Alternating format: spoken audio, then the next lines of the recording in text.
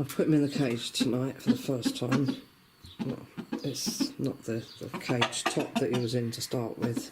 When it was fitting, it's the cage. See if he's a bit happier in there, because you can see what's going on. You can see he's eating away merrily. He's very vocal.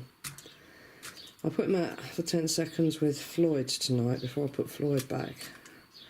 I sort of kept between them just in case, but there didn't seem to be any animosity from Floyd. He was quite happy. He was actually plucking at the grass and whickering away at Floyd, and Floyd was doing the same towards him, and of course flirting with the turkey ladies, both of them. But yeah, it was relatively successful. So it was only for 20-30 seconds. Just wanted to see how they got on. Then I put him back in his little patch and put Floyd away, and he was quite okay. He wasn't nervous at all. He wasn't apprehensive. He just went, straight up to Floyd and started whickering away, and Floyd the same. And so then they started scratching around and plucking at the grass and trying to encourage the turkey ladies over to see what tasty morsels I'd found for them, which basically amounted to zero, but they tried. The only thing I don't like about this case, because he's quite a big rooster, is old Bob here. Yeah, I think he's probably going to find it a bit tight turning round. Actually, he might have been better off in that to start with, fitting, because the other cage, although it had height, of course he wasn't standing up while he was in it, but it was much wider, so it was, he could get up a lot more speed and thrash around a lot more from side to side when he was convulsing, whereas and of course hurt himself on the wire as it was straight down on the floor. It was just the top of a chinchilla cage. Don't know what happened to the base. Probably got eaten by the chinchilla. So I think he might have been better off in this. Number one, he couldn't have hurt himself so much because it's plastic all the way round the bottom. So he could have crashed into that without actually getting caught up or hurting himself at all. He just would have bounced off the sides. And as he wasn't standing anyway, it wouldn't have made any difference, because the fact that it's a bit low, that's why I've got the lid open, so he can stand up and walk around, so he doesn't take his eyes out on these sharp ends there. I'll stick some corks on those, actually. I don't think he's going to fly out. I doubt it. He might do. But, yeah. I thought we'd be a bit happier in this, so you can see what's going on. I thought I should have thought about it and put him in this right from the start. Once he destroyed my cat box, put him straight in here, instead of the cage top where he stuck his head through the gap, even though I blocked it off, and ended up doing himself severe damage. So yeah, I don't know why I didn't do that. Well, he's in there now. He can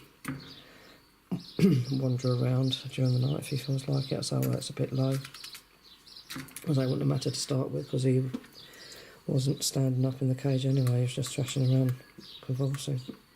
Have you found your water here, Bob? I've got it up there so it's out the way, and I suppose you could reach it actually from there, couldn't you, if you wanted to, laying down. Yeah. Alright, Bob, I'm going to do dinner now, so I'll see you in a minute. Yeah, I'll see you in a minute. He's quite happy, aren't you, Bobs? Yeah, very vocal, quite happy. Different rooster. Normal rooster now. Very happy, content rooster, aren't you, Bobs? Yep. He's just been singing to the turkey who decided to... Oh, that was good. You had a scratch. Wow. That was good. On one leg. Part laying, part standing. Wish you could get to your oil gland, though. You're sort of nearly getting there, aren't you, Bobsy?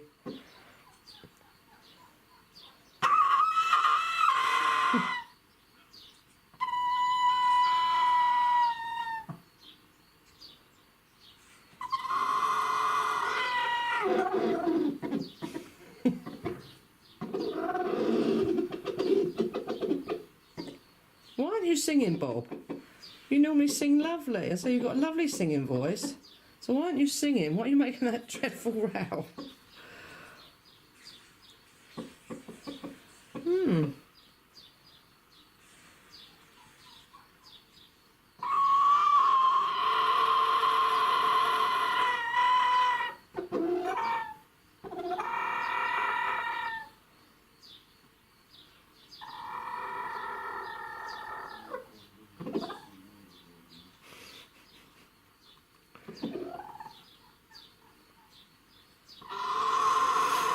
You sound like a throttled cat. I don't know what you sound like. But it's not a nice song like you normally do. No, it's not. You normally do a lovely song. Yeah. You think you're all that now, don't you? Because you've been back out with your brother for 30 seconds. Yeah. And you're in an open cage and can see what's going on. Yeah. Yeah. I don't think you found your water yet though, have you? No, you probably haven't. But you've had a good feed. Because you can see what you're doing now, can't you? Instead of being confined behind a piece of wood. But then we did have you out in the kitchen till about 10 o'clock at night, so you could carry on feeding. See what you're doing. The dog's pestering. Yeah. Yeah. You gonna sing? No? Okay. Poor old Bob, I've just had to give him a bath. He's absolutely covered in lice again. No eggs, no nothing like that, just live ones, but all over his face, all over his bottom. And it's a filthy day, it's pouring with rain. It's not exactly cold, but there's a wind. So I had to do him up in my bathroom, and then he decided he was going to make a leap for freedom just as I was rinsing him, well, not rinsing him off, wetting him all, before I did him with the tea tree bicarbonate and washing up liquid. I put a bit of baby bath in there as well. Yeah, he decided he'd make a leap for freedom, so out came the wings. Off he took, got me absolutely covered, and of course he's still got all the dirt from the, oh Bob, you're losing feathers everywhere, dirt from the dusting hole all ground into his legs, and feathers round his legs and his underside. I mean, absolutely, you know, caked in it. So that's all coming off in the bath. I had him standing on an old towel, so it didn't all go down the plug hole, because I suspected that was the case. Every time I touched his back or his legs, I don't know if he's going to do it now, but he arches right up in the air.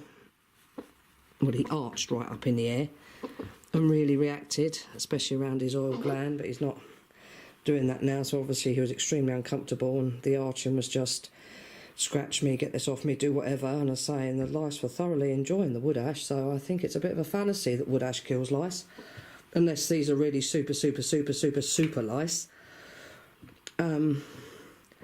because they haven't. In fact, I think they thoroughly enjoyed it.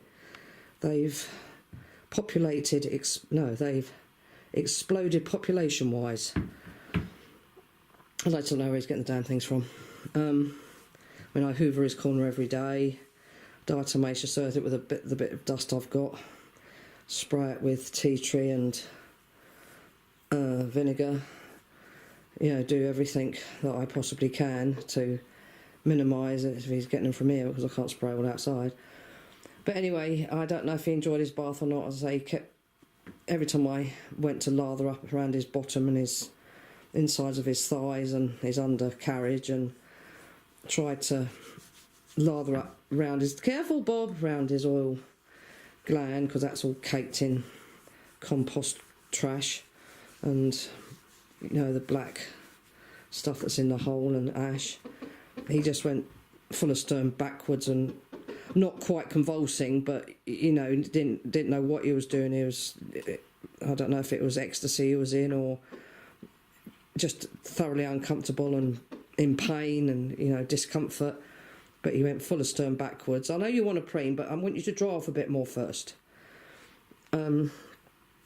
just went backwards and sort of lost all control of his limbs and sense and everything else. Fell over and had to keep standing him back up, and then he would go sideways and sort of fall down. You've got a nappy there. I've got a nappy doubled up under his wings to make sure that he stays dry, or drying under there, and you know, over his back and under his wings, and that one pinned. Got a pin in it on his back, so I want him to dry off a bit more before, you know, I let him preen and do his thing. Which I'll do in a minute, I think. Yeah, all right, Bobsy. But poor little love, yeah, he was really, really uncomfortable. Yeah, he kept doing that, throwing himself about. Every time I lathered him under here, although he's not doing it now. So he's obviously feeling more comfortable. You're going to go under there, are you? Hide. Yeah, so every time I touched him, thighs, inner thighs, outer thighs, inner thighs, bottom, undercarriage, just in front of his breastbone, and it went round his tail, and if I went anywhere near his oil gland, it went absolutely crazy. I say, full of stone backwards, sideways, fell on fell on the towel, threw himself around, stood bolt upright like old Hoppy and Loppy, and shook his head, and then tried to fall over backwards, which was also, I was going to avoid like the plague, because I didn't want him landing on his tail, even on a soft towel. So yeah, so the poor little lad's just had to have a bath, and I was saying it couldn't be worse weather, pouring with rain, wind. It's supposed to be 22 degrees, it's more like 15, and I haven't got a hairdryer, although I'm going to go and look for one in a minute. My daughter might have put one in the drawer up there, but it probably doesn't work. But I'll try and see if I can find a hairdryer to dry them off a bit quicker. Right, so there we are. So poor old Bob, as I say, one step forward, 50,000 million back. Just as we get him right, he then gets compromised by damn lice. Unbelievable. Unbelievable, absolutely unbelievable.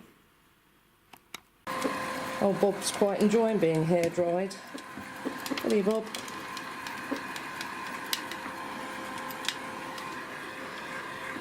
He's nearly done. Aren't you, Bobby? Hey, you're nearly done. Yeah. It's all nice and sweet smelling, and it's all shiny.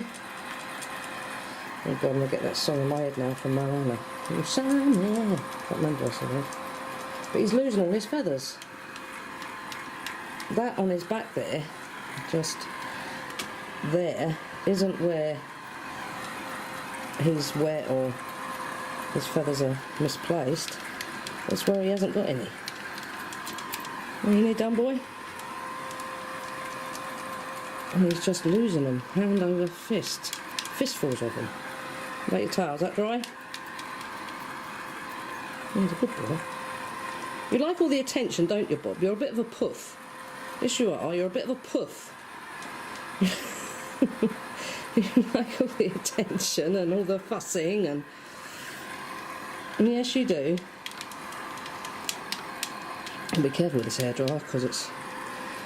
I actually had it. It was in my drawers. It was my aunt's. My mum had a blue one. Don't go on to that. I think that probably blew up. But this was my aunt's. So it's about, I don't know, 60, 70 years old. It still works. That's obviously why it was in my drawer. So I didn't need to go searching through my daughter's junk to see if I could find one. There, Bob. You done? You done, Bob? Let's see if you're done, Bob. Oh, there's a ton, that thing. Oh, God, that's going to fall off.